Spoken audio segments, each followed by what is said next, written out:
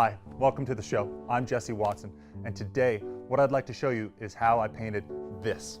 This process was very fun for me because I took two different techniques using a silhouette and making a starry expanse, and I combined those two techniques to create a nice effect, or at least nice in my own eye. Now, I'm inviting you to follow along, but if you're here for the conversation, we're so happy to have you. Or if you're here to follow along with the process, I'm happy to help you. And here I am. I'm ready to start my piece, but before I start my piece, there are a couple considerations I need to keep in mind. And the first consideration is what I'm putting on the canvas. And what I'm putting on the canvas is a large silhouette, and I'm gonna fill that in with a starry background, and hopefully we'll get a nice a dancer's silhouette rather, in the middle.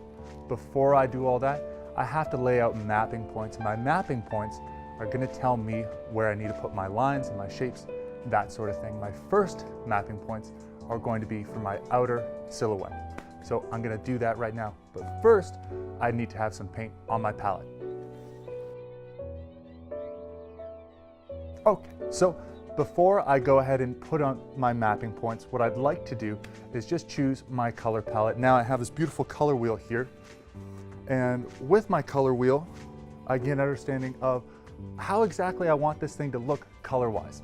Because as you see here, we have a bunch of choices, and with those choices, I have some certain preferences, and one of my preferences is blue and another is red. Now, I'm thinking today I don't want to go exactly with the blue and red scheme. What I'd like to do is maybe use a red-violet kind of magenta and pair that with violets, blues, and we might even go light blue, maybe add some red in as well.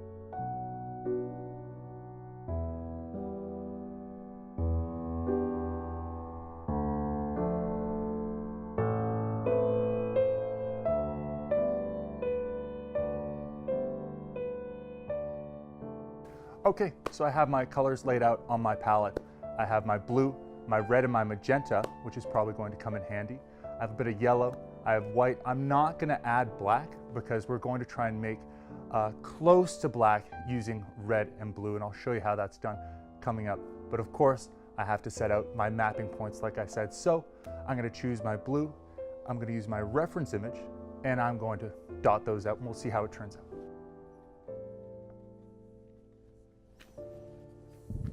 Now for the fun stuff.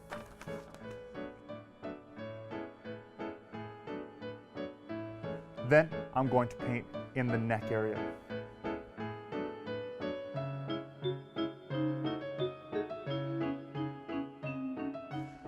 And now I'm going to maybe mark in where some more subtle details might be, but I'm not being too hyper technical at this stage.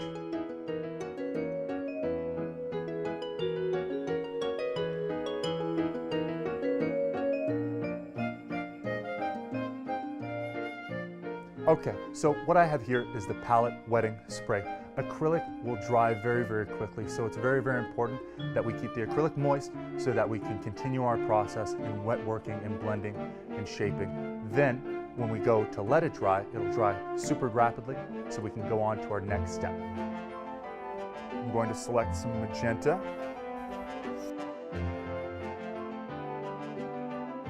I want to say as well that when I'm mixing my colors, I like to be very haphazard about it because painting's supposed to be fun.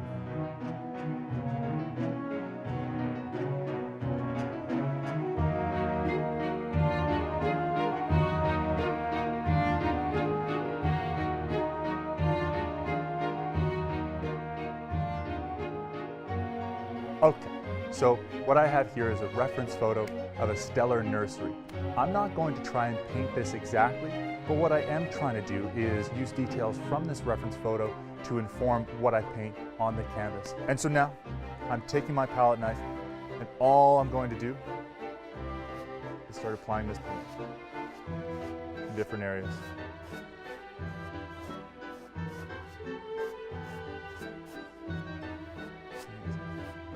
I find that pinks and blues really go well together. It's a nice combination of a soft blue and a soft warm, which creates almost a warm, cool effect.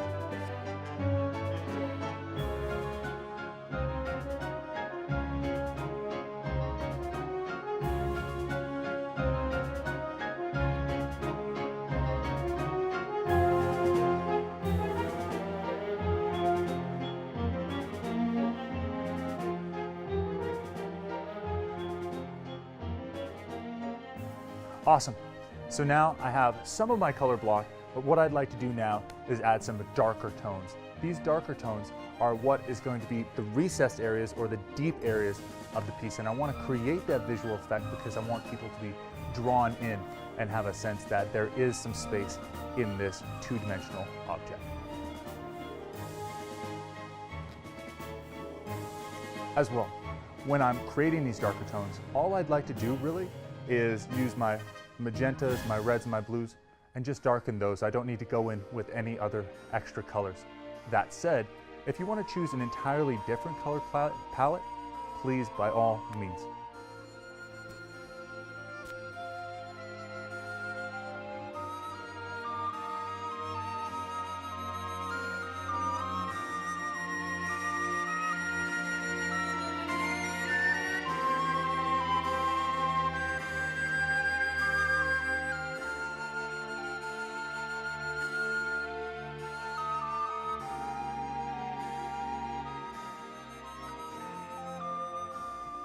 Okay, fantastic. I love these colors. I love where this is going. So now I'm going to start color blending these. So now what I'm doing here is I'm just feathering my brush up and down to create a blended effect. I'm not being too technical. All I want to do is pull the paint around and not push the paint around.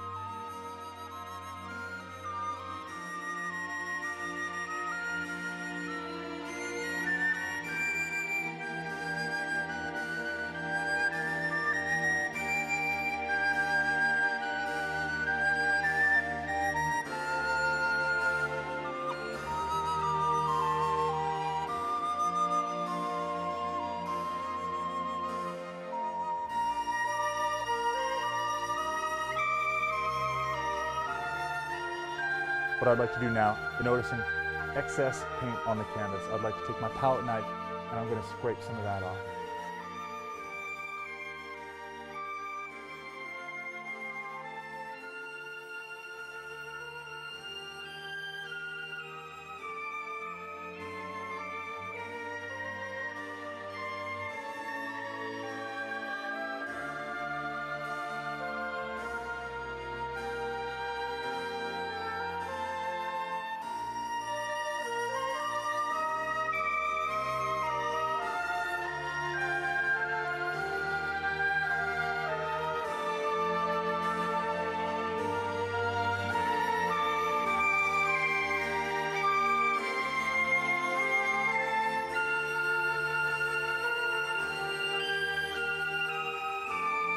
Okay, so now I more or less have my colors blocked, and what I mean by that is we just simply have our basic colors on the canvas. Now, what I want to do is blend these colors together so that we can get rid of some of these sharper lines, and how I'm going to do that is by using this, my larger regular painting brush. If you're painting a house, you probably recognize this.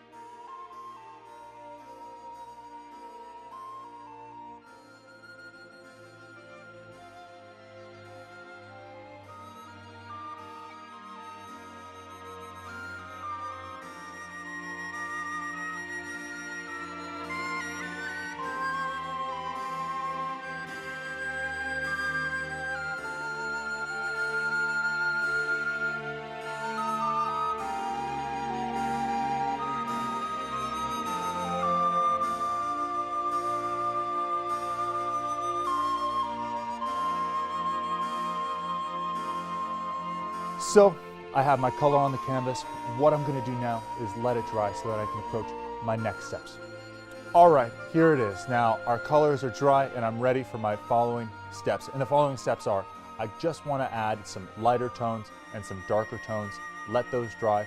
Then we're going to add some details, edit, throw the stars in there, and then we get into the meat and potatoes of this, creating the outer silhouette. That'll be so much fun. Before any of that happens, again, I have to add in those lowlights and highlights. I'm going to do that now.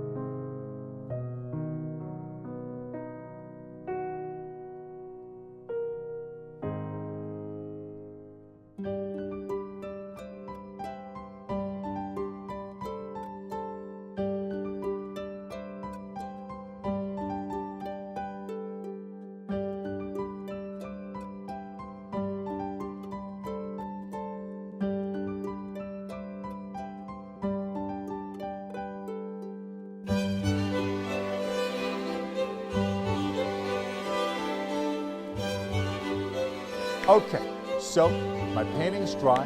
We've color blocked, we've blended in some of those sharper lines. We added in a little bit of a cloudy feel. And now what I'd like to do is go ahead and add my stars.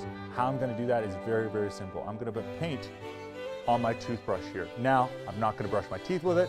I'm going to use this to flick specks of paint onto the canvas, creating a very randomized and beautiful star cluster formation. Now, the further I go away from the canvas when I'm doing my flicking technique, the wider the spread will be of the flecks of paint. When I go in close, of course, it'll be more dialed in, a smaller cluster of stars. I'm going to mix and match here and just use my eye and my gut and my instincts to really get a sense of how this thing is going to take shape.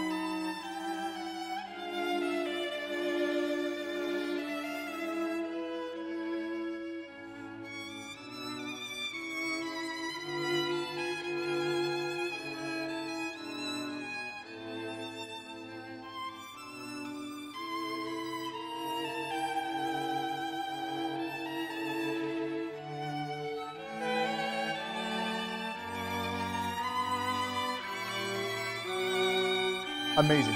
We have some stars on there. What I'd like to do now is let these dry, because our next step, we add in our silhouette, then we go in with some details. We might add another silhouette in the middle of a dancer, but I'm not sure yet. We'll have to see. All right, so now my star clusters are dry and I'm ready to go to my next step. In my next step, I'm going to use my square tool.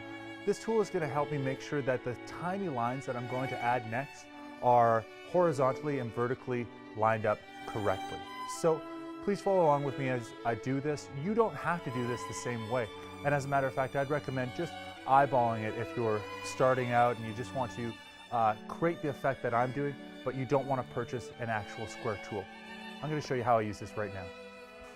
So now what I have here is an acrylic water-based marker. And with this water-based marker, what I'm going to do is create those finer highlight lines that I'll be showing you in just a moment.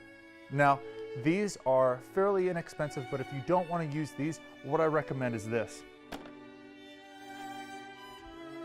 You take a bit of a medium small brush and use the edge of it. So I'll show you right there. So if we were trying to create straight lines, what I would do, I would get paint on my brush.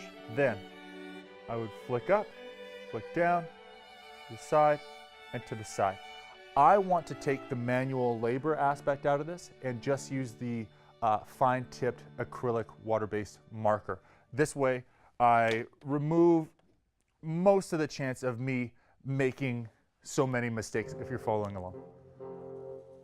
I'm gonna line it up here with some big old stars. So I'm noticing this one right here is a fairly big star. So this would be a great candidate for me to glare it up and make it quite a bit brighter. So I'm gonna do that right now. Fine tip. All it is, work side here, up. I'll go down.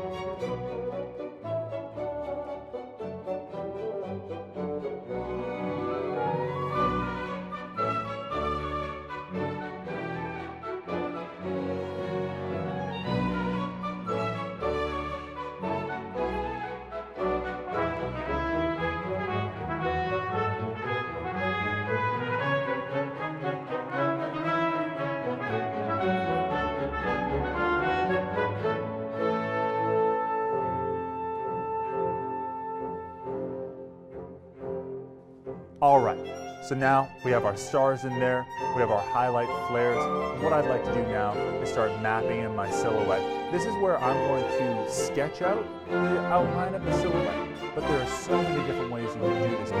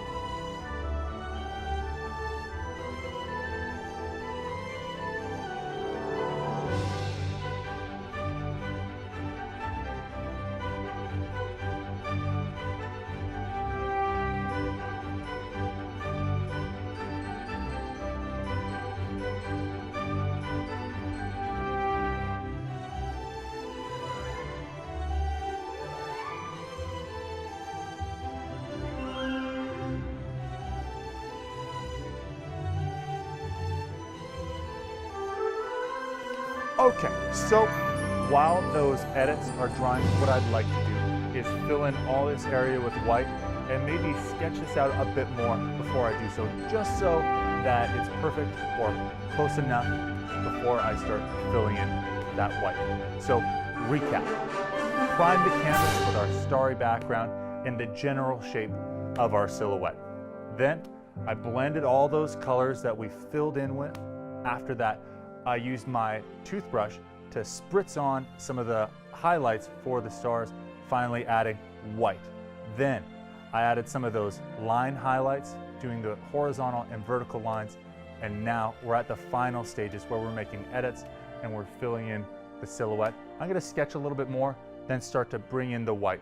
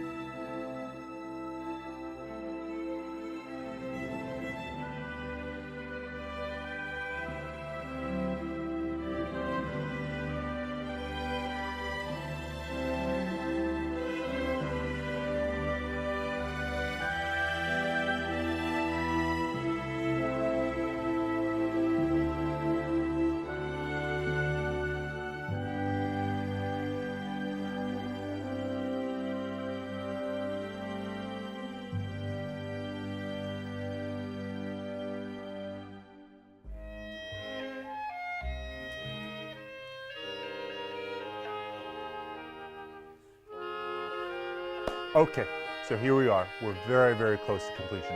However, there are some edits that I would like to do. Now, if you pay attention, what I've noticed is that I have some of these sketch lines up here that I would like to get rid of. A few of the sketch lines down here. After this white dries, what I'd like to do is go in and apply another coat, especially around the profile, just to make sure that any of the space background that might be peering through, I really want to cover over that so it's not peering through.